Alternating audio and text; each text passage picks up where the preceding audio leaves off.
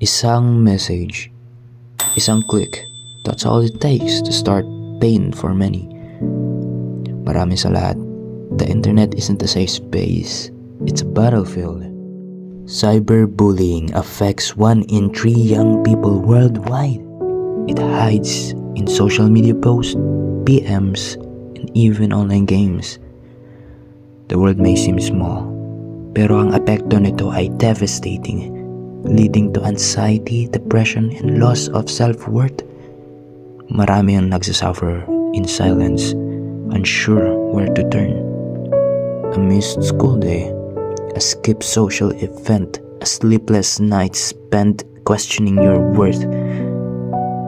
Alam mo ba, ang cyberbullying increases the risk of anxiety and depression by 70%.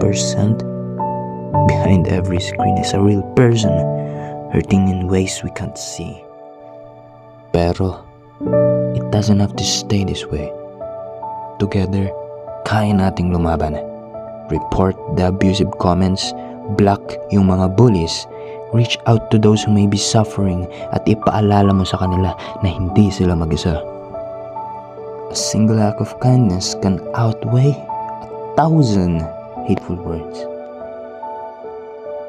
It's time to stand against cyberbullying.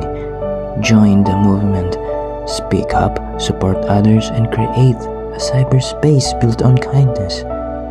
Visit Vince Itan website .toorganization.com for resources and ways to help. Together, we can stop the silent harm. Behind every screen is a person. Let's choose to lift them up, not tear them down.